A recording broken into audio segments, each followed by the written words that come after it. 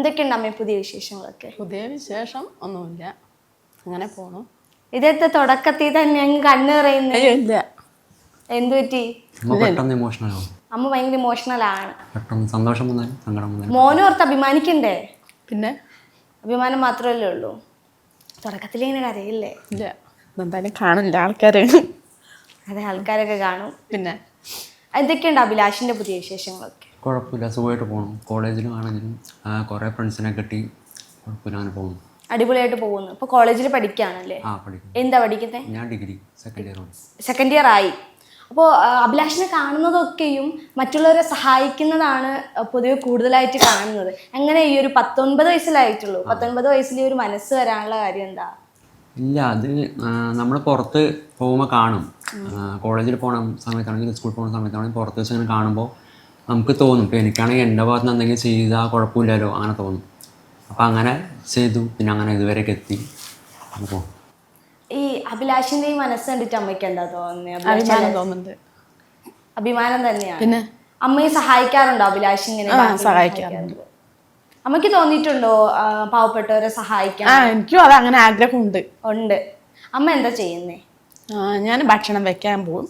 ഭക്ഷണം വെക്കാൻ പോകും. അപ്പൊ അമ്മയാണ് അപ്പം വീട്ടിലെ മെയിൻ അല്ലേ? അമ്മയുടെ ഭക്ഷണം ഇഷ്ടമാണോ അഭിലാഷിന്? കഴിക്കണമല്ലോ. ഒരു ഓഡിറ്റോറിയം കഴിക്കണമല്ലോ, കഷ്ടപ്പെട്ട് കഴിക്കും അവൻ. ഓഡിറ്റോറിയത്തിലായിരുന്നു ഒരു 15 വർഷം. ഇപ്പൊ ഭക്ഷണം വെക്കാൻ വേണ്ടി പോയിക്കൊണ്ടിരിക്കുകയാണ്. വീട്ടില് വേറെ ആരൊക്കെയുള്ളേ? വീട്ടില് 3 മക്കള്, 2 ചേച്ചിമാര്, അച്ഛൻ.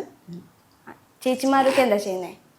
കല്യാണം കഴിഞ്ഞു. ഇനി അഭിലാഷേ ഉള്ളു കല്യാണം കഴിക്കാൻ. അഭിലാഷിനെ എങ്ങനെ കല്യാണം കഴിപ്പിക്കണം എന്ന് ആഗ്രഹം? എങ്ങനെയാണ് ചോദിച്ചാ, പെണ്ണ് കിട്ടിയ ഇപ്പൊ പെണ്ണ് കിട്ടുന്നില്ലല്ലോ. പെണ്ണ് കിട്ടുന്നില്ല. അപ്പൊ ഞാൻ പറയുന്നത് എവിടെയും കൊണ്ടുപോകാന്നോ പറയുന്നുണ്ട്. വിളിച്ചുകൊണ്ട് വരാനാ പറയുന്നത്. അല്ല, വിളിച്ചു കൊണ്ടുവരല്ല, ഇങ്ങനെ ഉണ്ട് എന്ന് പറയുമ്പോ. ലവ് മാരേജ് ആയിട്ടാവുമ്പോ നമുക്ക് പെട്ടെന്ന്. അങ്ങനെ ഒരു ലവ് ഉണ്ടോ അഭിലാഷ്? ഇല്ല, ലവ് ഒന്നുമില്ല. ഉണ്ടായിരുന്നു, ഇപ്പൊ ഇല്ല. എന്ത് പറ്റിയതാ? അത് ഒരുപാട് നമ്മൾ ട്രസ്റ്റ് ചെയ്തപ്പോൾ പോയി. ട്രസ്റ്റ് ഒരു ഭയങ്കര വലിയ പ്രശ്നമാണ്. ട്രസ്റ്റ് ഭയങ്കര പ്രശ്നമാണ്. നമ്മൾ ഒരുപാട് ട്രസ്റ്റ് ചെയ്യുന്നതോറും നമ്മളങ്ങനെ സ്വയം ഇല്ലാണ്ടാവുന്നു. അപ്പോൾ പിന്നെ ഞാനായിട്ടല്ല, അവളായിട്ട് പിന്നെ ഇപ്പോഴത്തെ കാലഘട്ടത്തിലൊക്കെ കൊണ്ടുവരിക പറഞ്ഞാൽ അങ്ങനെ ഓടിക്കൊണ്ടുവരികയല്ല, അങ്ങനെ ഉണ്ട് എന്ന് പറഞ്ഞാൽ ഞങ്ങൾ പോയി അക്സെപ്റ്റ് ചെയ്യും. അടിപൊളി. അപ്പൊ സപ്പോർട്ടാണ്. ധൈര്യമായിട്ട് പറയാം വീട്ടിൽ പോയിട്ട്, അമ്മേ എനിക്ക് 2 പ്രയോഗമുണ്ട്. ഒരെണ്ണം കിട്ടിയാലേ ഭാഗ്യം. അതൊക്കെ കിട്ടും സിമ്പിളായിട്ട്. നമുക്ക് പ്രപ്പോസൽ കുറേ പേരുണ്ട് ഇൻസ്റ്റയിലൊക്കെ. വരുന്നുണ്ട്. അപ്പോൾ പിന്നെ അതിനൊക്കെ എങ്ങനെയാ അഭിലാഷ് റിപ്ലൈ കൊടുക്കുന്നത്? ഞാൻ ഇൻട്രസ്റ്റ് ഇല്ലെന്ന് പറയുന്നു.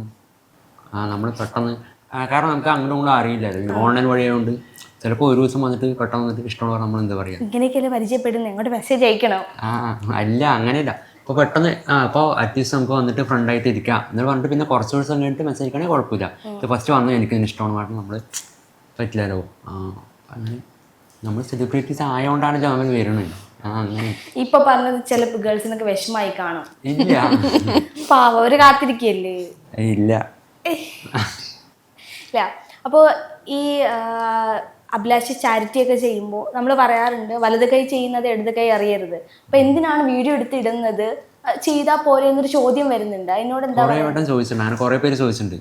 അപ്പോൾ ഇപ്പം ഞാൻ അങ്ങനെ ചെയ്യുന്നുണ്ട് വെച്ചാൽ അപ്പോൾ ചേച്ചിയാണെങ്കിൽ കൂടി കണ്ടു, ഇഷ്ടപ്പെട്ട ചേച്ചിൻ്റെ ഭാഗത്തും എന്തെങ്കിലും ചെയ്യണം തോന്നും. അതിൻ്റെ സന്തോഷം കാണുമ്പോൾ ചെയ്യണം തോന്നും. അപ്പോൾ ചേച്ചി അത് ചെയ്യും.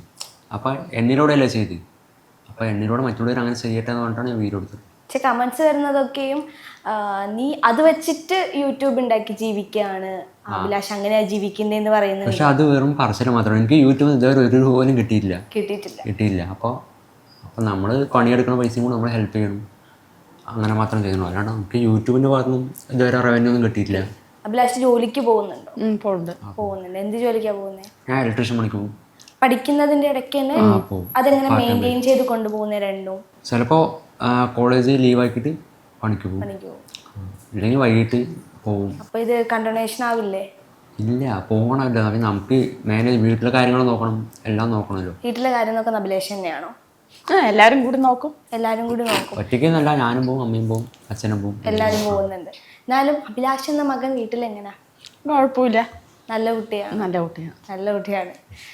അഭിലാഷ് ഒരുപാട് പേര് ചോദിച്ചിട്ടുള്ള കാര്യമാണ് ഈ ഫേസിൽ എന്ത് പറ്റിയതാ, എങ്ങനെ ഇത് വന്നേന്നുള്ളത്. ഒന്നുകൂടി. അത് ഞാൻ ജനിക്കുമ്പോൾ തന്നെ ഉണ്ടായിരുന്നു. അപ്പോൾ ഒരു പാട് മാത്രമായിരുന്നു. പിന്നെ അത് ഞാൻ വളരുമ്പോൾ അതും വലുതായി. ഇപ്പോൾ ഇല്ല, നിന്നു, ഗ്രോത്ത് നിന്നു. ഗ്രോത്ത് ഇനി വലുതാവുമ്പോൾ അത് വലുതാവില്ല എന്നാ പറഞ്ഞത്. അപ്പൊ ഇതിന് ട്രീറ്റ്മെന്റ് ഇല്ലേ? ട്രീറ്റ്മെന്റ് ഇല്ല. ഫസ്റ്റ് മുമ്പ് പോയപ്പോൾ അവർ പറഞ്ഞു താനേ പോകുമെന്ന് പറഞ്ഞു. പിന്നെ പോയപ്പോൾ അവർ പറഞ്ഞു ചെയ്യാൻ പറ്റില്ല, ബ്ലഡ് നിൽക്കില്ല, അങ്ങനെയൊക്കെ പറഞ്ഞു. അപ്പോൾ നമ്മൾ സർജറി കൂടി ബ്ലഡ് നിൽക്കില്ല, മുഖം കൊണ്ട് കെട്ടി വയ്ക്കാൻ പറ്റില്ല എന്ന് പറഞ്ഞു. ബ്ലീഡിങ് നിൽക്കില്ല എന്നാ പറഞ്ഞ്. അപ്പം പിന്നെ ഈ ഇടയ്ക്കൊന്ന് പോയായിരുന്നു. അപ്പോൾ അവർ പറഞ്ഞു സർജറി ചെയ്യാൻ കുഴപ്പമില്ല, നമ്മൾ റിസ്ക് എടുത്തിട്ട് ചെയ്യണം എന്ന് പറഞ്ഞു. അപ്പോൾ ഇത് ഇനി ജീവിതകാലം മുഴുവൻ ഇങ്ങനെ തന്നെ കൊണ്ട് നടക്കേണ്ടി വരുമോ? അല്ല, നമ്മൾ എന്തെങ്കിലും ഡെവലപ്മെന്റ് വരികയാണെങ്കിൽ നോക്കും. അഭിലാഷിന് എപ്പോഴെങ്കിലും ഇതൊരു ബുദ്ധിമുട്ടായിട്ട് തോന്നിയിട്ടുണ്ടോ? എനിക്ക് തോന്നിയിട്ടില്ല, ഇതുവരെ തോന്നിയിട്ടില്ല. അമ്മയ്ക്കോ? അമ്മയ്ക്ക് അങ്ങനെ തോന്നിയിട്ടില്ല. ഇതുപോലെ ഏതെങ്കിലും ഭാഗത്തുനിന്ന് കളിയാക്കലുകളോ പഠിക്കുന്ന സമയത്ത്, നമ്മൾ കുഞ്ഞുകുട്ടികളായിരുന്ന സമയത്ത് അങ്ങനെ എന്തെങ്കിലുമൊക്കെ വന്നിട്ടുണ്ടോ? എനിക്ക് മുമ്പ് ഒരു ടീച്ചർ ഇങ്ങനെ പറഞ്ഞിട്ടുണ്ടായിരുന്നു ചെറുപ്പത്തിൽ. അപ്പോൾ മാത്രം അങ്ങനെ. പിന്നെ ചില ആൾക്കാർ നമ്മൾ ഇപ്പോഴല്ല, മുമ്പ് ചില ആൾക്കാർ നമ്മൾ കാണുമ്പോൾ രണ്ടടി ബാക്കിൽ നിന്നിട്ട് അങ്ങനെ ഒരു സിറ്റുവേഷൻ ഉണ്ടായിട്ടുണ്ട്. പറയണം നിൽക്കില്ല, നമ്മളിങ്ങനെ ചിരിച്ചിട്ട് മിണ്ടാണ് മാറുന്നു വന്നിട്ടുണ്ട്. അങ്ങനെ ഏറ്റവും വിഷമമായിട്ടുള്ളൊരു മൊമെന്റ് ഏതായിരിക്കും അഭിലാഷിന്? അത് ടീച്ചർ നമ്മളങ്ങനെ പെട്ടെന്ന് അങ്ങനെ പറഞ്ഞപ്പോൾ ഫീൽ ആയി. കാരണം നമുക്ക് അടുപ്പിക്കുന്ന ടീച്ചറല്ല. അപ്പോൾ പെട്ടെന്ന് ടീച്ചർ എന്താ പറഞ്ഞിരുന്നേ? ടീച്ചർ ഓർമ്മയില്ല, ചെറുപ്പത്തായ കൊണ്ട് അങ്ങനെ എന്തോ പറഞ്ഞു. അപ്പോൾ അത് ഫീലായി. പിന്നെ കാര്യം നോക്കിയില്ല. കൂട്ടുകാരൊക്കെയോ? കൂട്ടുകാരാണ് കളിയാക്കൊന്നും എല്ലാത്തിനും സപ്പോർട്ട് അങ്ങനെ നിൽക്കും. മുമ്പ് അങ്ങനെ, ഇപ്പോഴാണ് എനിക്ക് കൂട്ടുകാർ കുറെ വന്നുകൊണ്ടിരിക്കുന്നത്. മുമ്പ് അങ്ങനെ ഫ്രണ്ട്സൊന്നും ഉണ്ടായിരുന്നു. പിന്നെ കുറേ അതേപോലെ അങ്ങനെ പോയി, ഫ്രണ്ട്സ് അങ്ങനെ ഇല്ലാണ്ടായി. അമ്മയ്ക്ക് എന്തായിരുന്നു അനുഭവപ്പെട്ടത് മോനിങ്ങനെ ഒരു ഇതുണ്ട് എന്ന് അറിഞ്ഞപ്പോൾ? അത് ഇനിയിപ്പോൾ നമ്മൾക്കൊന്നും ചെയ്യാൻ പറ്റില്ലല്ലോ, അതിലൊന്നും ഒരു വിഷമമൊന്നുമില്ല. ആൾക്കാരെന്തെങ്കിലുമൊക്കെ പറയും. ആൾക്കാരിപ്പം നമ്മളെ കേൾക്കാൻ വേണ്ടി ഒന്നും പറയില്ലല്ലോ. പറയുകയാണെങ്കിലും വർക്ക് ചെയ്യുന്ന സമയത്ത് അങ്ങോട്ടും ഇങ്ങോട്ട് മാറി നിന്ന് പറയും. അല്ലാണ്ട് നമ്മളെ നേരിട്ട് കേൾക്കാൻ ഭാഗത്തിന് ആരും ഒന്നും പറയില്ല. അപ്പോൾ ഈ അമ്മയുടെ കണ്ണുനീരിലറിയാൻ കുറേ കഷ്ടപ്പെട്ട് ആണ് മുന്നോട്ട് വന്നിട്ടുള്ളത്. അമ്മ എങ്ങനെയൊക്കെ കഷ്ടപ്പെട്ടിട്ടുണ്ട്? അത് ചോദിച്ചു. കഷ്ടപ്പെട്ടിട്ട് അവിടെ എത്തിയത്. കരയാൻ പറ്റില്ല, ആൾക്കാർ കാണുന്നുണ്ട്. പിന്നെ നമുക്ക് മനസ്സിലാവും. ഇപ്പോൾ ഒരുപാട് പേര് ഒരുപാട് കഷ്ടപ്പെട്ടിട്ട് തന്നെയാണ് മുന്നോട്ട് വരുന്നത്, അല്ലെങ്കിൽ ഇപ്പോഴും കഷ്ടപ്പെട്ട് ജീവിക്കുന്ന ഒരുപാട് പേരുണ്ട്. അപ്പം നമ്മളുടെ ലെവലിൽ പോലും ജീവിക്കാൻ പറ്റാത്ത ഒരുപാട് പേരുണ്ട്. അപ്പോൾ അവർക്കൊക്കെ ഒരു പ്രചോദനമാണ് അമ്മയും മോനും എന്നൊക്കെ പറയുന്നത്. അപ്പോൾ അവരോട് അമ്മയ്ക്ക് എന്താ പറയാനുള്ളത്? എന്താണ് പറഞ്ഞാൽ ആരും സങ്കടപ്പെടാൻ പാടില്ല. നമ്മുടെ ഈ പ്രശ്നങ്ങളൊന്നും അല്ല. കാരണം നമ്മൾ മറ്റുള്ളവരെ നോക്കുമ്പോൾ നമ്മൾക്കൊന്നുമില്ല. നമ്മളിങ്ങോട്ട് കുറേ കഷ്ടതകൾ അനുഭവിക്കുന്നവരുണ്ട്. അപ്പോൾ നമ്മുടെ പാലക്കാട് ജില്ലയിൽ തന്നെ കൊല്ലംകോട് എന്ന് പറയുന്ന സ്ഥലത്ത് നമ്മുടെ പണ്ട് നമ്മൾ സിനിമയിലൊക്കെ കാണില്ലേ, ഒരു ഗ്രാമപ്രദേശം. ഗ്രാമം വരുമ്പോൾ ആദിവാസികൾ എങ്ങനെയാണ് അതേപോലെ ഇപ്പോഴും ജീവിക്കുന്നുണ്ട് അവിടെ. അപ്പോൾ ഞാൻ അവിടെ പോയിട്ടുണ്ടായിരുന്നു. അപ്പോൾ അവർക്ക് വീടില്ല, ബാത്റൂമില്ല, എഡ്യൂക്കേഷൻ ഇല്ല, ഒന്നുമില്ല. അപ്പോൾ അവരുടെ കാര്യങ്ങളൊക്കെ ഞാനും പിന്നെ വേറെ ട്രസ്റ്റ് ഉണ്ട്, പത്മ ചാരിറ്റബിൾ ട്രസ്റ്റ് ഉണ്ട്. അപ്പോൾ ഞങ്ങൾ എല്ലാവരും കൂടി അങ്ങനെ ചെയ്യുന്നുണ്ട്. അവർക്ക് വേണ്ടിയിട്ടുള്ള വീട് വെച്ച് കൊടുക്കുന്നത്, അങ്ങനെ കുറച്ചൊക്കെ ചെയ്യുന്നുണ്ട്. അപ്പോൾ അതാണ് നടന്നുകൊണ്ടിരിക്കുന്നത്. അപ്പോൾ ഇതിനായിട്ടുള്ള വലിയ വരുമാനങ്ങളൊക്കെ ചെയ്യുന്ന ജോലിയിൽ നിന്ന് തന്നെ മോന് കിട്ടുന്നുണ്ടോ? ഇല്ല, മൊത്തമായിട്ട് ഞങ്ങൾ എടുക്കില്ല. ഞങ്ങൾ ക്രൗഡ് ഫണ്ടിങ് കൂടി ചേർത്തിട്ടാണ് ചെയ്യുന്നത്. കാരണം അതിൻ്റെ അവിടുത്തെ സിറ്റുവേഷൻ ഭയങ്കര മോശമാണ്. അപ്പം അതൊക്കെ വെച്ച് നോക്കുമ്പോൾ നമ്മൾ സന്തോഷിക്കുകയല്ല. പിന്നെ നമുക്കൊന്നുമില്ല ഒരു പ്രശ്നമില്ല. പക്ഷെ നമ്മുടെ പ്രശ്നം നമുക്ക് വലുതായിട്ട് ചെറിയൊരു പ്രശ്നം വന്നാൽ അപ്പൊ നമ്മൾ പുറത്തു പോകുമ്പോൾ നമ്മൾക്ക് നമ്മുടേത് ഒന്നുമില്ല. നമ്മളിങ്ങനെ ഉള്ളിൽ അടങ്ങി പിടിച്ചിരിക്കുമ്പോൾ നമ്മുടെ കാര്യം നമുക്ക് വലുത്. വാട്സാപ്പ് വഴി ഇംഗ്ലീഷ് പഠിക്കാൻ ഇംഗ്ലീഷ് കഫേ ഉള്ളപ്പോൾ ഇംഗ്ലീഷ് ഒരു വിഷയമേ അല്ല. English cafe, we present you the perfect English. WhatsApp now 9633 888 575.